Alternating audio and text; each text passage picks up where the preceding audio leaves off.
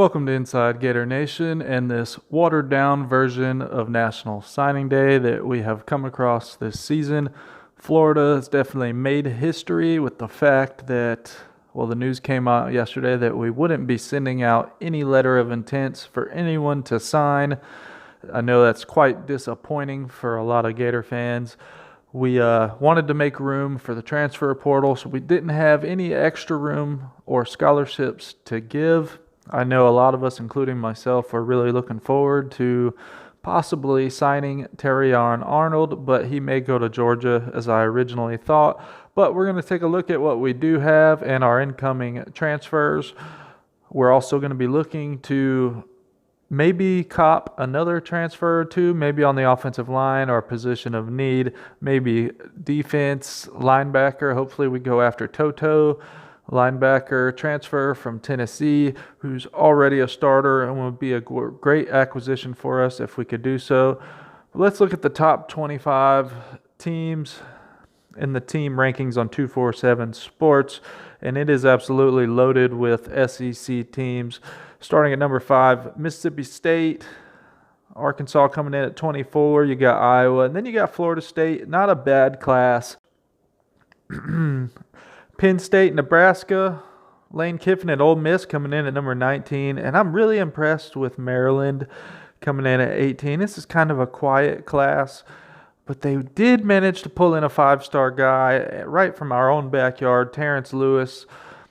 Earlier in the year, I was really hoping to get this guy. He's a monster, inside linebacker, 5 stars from Miami Central. Anyways, moving on. That's a quiet class. They still might get the guy I just did a video on, Adrian Strickland. They still might cop him later in the day. You got Texas, Tennessee, Wisconsin rounding out the top 15, North Carolina, and then you got Florida at number 13. And I know it's kind of a lackluster spot. You don't want to be 13. You want to at least be inside the top 10. But I just want to get one thing clear to you guys. It's not that bad. If you think the fact that Dan Mullen has been placed on recruiting restrictions, it's been a rough year, a tough year to recruit when you're not allowed to do certain things. So 13 is not all that bad, especially when you count in the transfers, which we're about to go into. He's a master of the transfer portal, and that's what he's chosen to do to finish out the cycle, is to get guys that can play right now instead of projects that would have to wait a year or two to get on the field. Like I said, it's really not all that bad when you consider that we've been on probation, so to speak, as far as recruiting goes. I really expect our recruiting to get an uptick over the next season, the next 22 cycle, especially after the performance we just did on the field last season. Offensively, you're going to have a lot of guys that are going to want to play for Dan Mullen. Then you got Oklahoma and Michigan rounding out the top 15. Notre Dame coming in at number 9. Texas A&M, USC, Oregon, Clemson, LSU number 4. And let's look at Georgia. Old Georgia at number 3. They have finished in the top 5 pretty much every year that Kirby Smart has been there. They're sitting at 20 commits. They may have room to add on some more today. I would not be surprised. But they have 4 5-star guys, 11 4-star guys. But that's nothing compared to Ohio State and Alabama. Ohio State at number 2 with 21 commits, 5 5-stars, 13 4-stars, and only 3 3-stars. More of the same with Alabama. I haven't followed recruiting this closely that I am now, but Alabama has 7 5-stars. That's just unheard of. And back to Georgia for just a quick second before we move on. How in the world does Georgia get 2 5-star quarterbacks in the same class with Brock Vandagriff and Gunnar Stockton? I have never in my life seen some crap like that.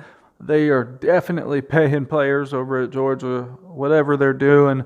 I know it was reported recently that they were getting sloppy with recruiting. However, there's not enough evidence at this time to really move forward with an investigation. Just wanted to throw that in there. It's amazing to me how they can do this consistently Kirby is the best recruiter I've ever seen, other than Nick Saban, which Nick Saban has a legacy to go on to sell to these kids. What is Kirby selling? Like, that's it's just amazing that he can do that. Um, Dan Mullen's clearly the better coach, superior to Kirby, but Dan Mullen can learn a few things from Kirby when it comes to recruiting.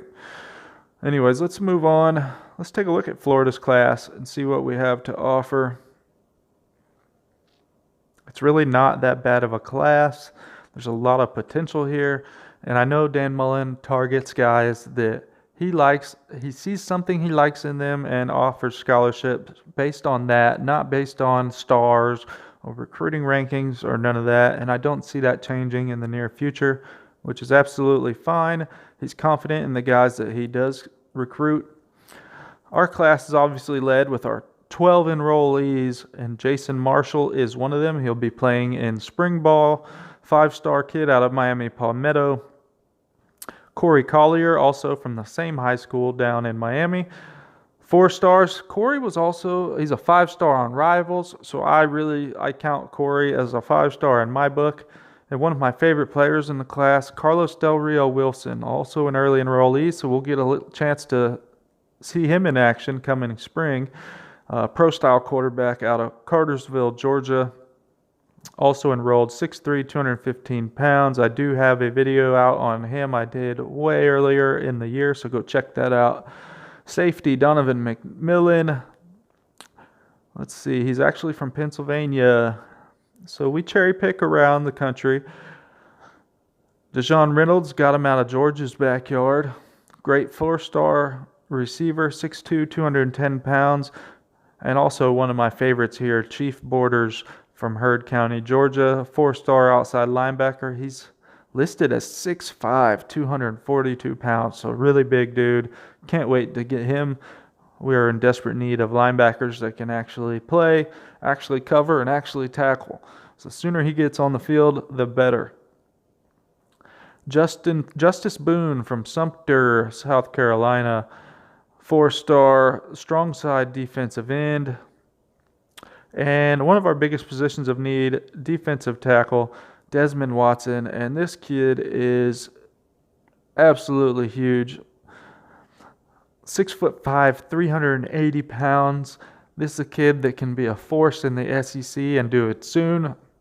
Get him in our strength and conditioning program, lose some of the bad weight, replace it with lean muscle, and this kid is going to absolutely clog up the middle. Tight end from Jacksonville, Florida, Nick Elksonis. I probably butchered that name. 3-star kid. And Jordan Young out of Tampa, Florida, 3-star corner. I believe he's also a 4-star in Rivals. So that's a good pickup by Florida. And a fairly tall DB at 6 foot, pretty average DB size, 6 foot, 185 pounds. Christopher Thomas, another beast in the middle, 6'6", super tall, 290 pounds out of Dunbar, Fort Myers, Florida. So the majority of our recruiting class here is from Florida. I do like that direction we're heading. Hopefully we can take back the state of Florida and kind of keep Miami and Florida State down, although you see them kind of working their way up in the top 25 rankings. Miami and Florida State both making the top 20. Jalen Kitna, my sleeper of this class, pro-style quarterback out of Burleson, Texas, son of John Kitna, former NFL star. He's only got a 3-star rating, very underrated. I did a video on him if you want to check that out. This kid has an absolute cannon for an arm, and he's very smart. You could tell he's been coached very well his entire life growing up. And we got 10 guys that have signed their letter of intent that will not be enrolling early, starting with Jeremiah Williams, 4-star kid out of Ramsey, Alabama. And one of my favorites, Tyreek Sapp. A lot of talent here, a lot of hidden talent. Tyreek Sapp, I believe, was a 5-star at one time on one of the recruiting sites, but he has since dropped to a 4-star, 95 overall rating, strong side defensive end, 6 foot 2.5, 255 pounds. Marcus Burke out of Jacksonville, Florida, speedy wide receiver, 6'3", 180 pounds, 4 stars. Yosef Margabil was a good pickup by Tim Brewster out of North Carolina. And my absolute favorite of the class, or I should say favorite of a couple cycles ago, DeJuan Black, did not qualify academically for Florida, went the JUCO route, went to Mississippi Gulf Coast, which Second Chance U, some of you might remember on the Netflix series. He's a 4-star kid, but he's the number 1 outside linebacker in JUCO. So great pickup by Florida. Congratulations to him. Good job on getting your school work right and enrolling in Florida. Gage Wilcox, tight end out of Tampa. This kid has a huge ceiling, 6'4", 228 pounds, great athlete, also a 4-star kid. 4-star Dakota Mitchell out of Winter Park, Florida. He is a safety. He's only 3 stars. 34th at his position, 71st overall in the state of Florida. One of the newer commits, Austin Barber, has signed his letter of intent. 3-star offensive tackle out of Jacksonville, Florida. Trinity Christian, I believe that's the same school. I done lost the place. Same school of Marcus Burke, All right, and then you got Jake Slaughter, a kid we stole from Florida State. He is a center. He plays center. He's a 3-star kid, 6'4", 300 pounds. He's got a little bit of a mean streak in him. I think he could be quite a sleeper. Give him 1 or 2 years, and he is a for sure starter. And then you have Rocco Underwood, only 3 stars. I think at one point he was not applicable. He didn't have any stars. I think he has recently moved up the list. They have him listed as a tight end, but really we got him to be a long snapper. So it kind of hurts our ratings, but that's not why we don't get him to play tight end. He's going to be our long snapper. He is out of Lake Mary, Florida, 113th tight end in the country. And now let's take a look at these transfers. This is where they don't reflect on our rankings, but this is a major upgrade in our recruiting. If it was factored into our rankings, it would shoot way up, probably into the top 5 after this. Obviously, the newest addition, Eric Gilbert, 5 stars, 112th overall, highest rated player to ever come through 247 Sports, 6'5", 253 pounds. Now, I did a little research. He is not as fast as Pitts. Pitts was deceptively fast. I think a lot of people don't realize how fast Pitts was, but he was constantly running away from DBs last season.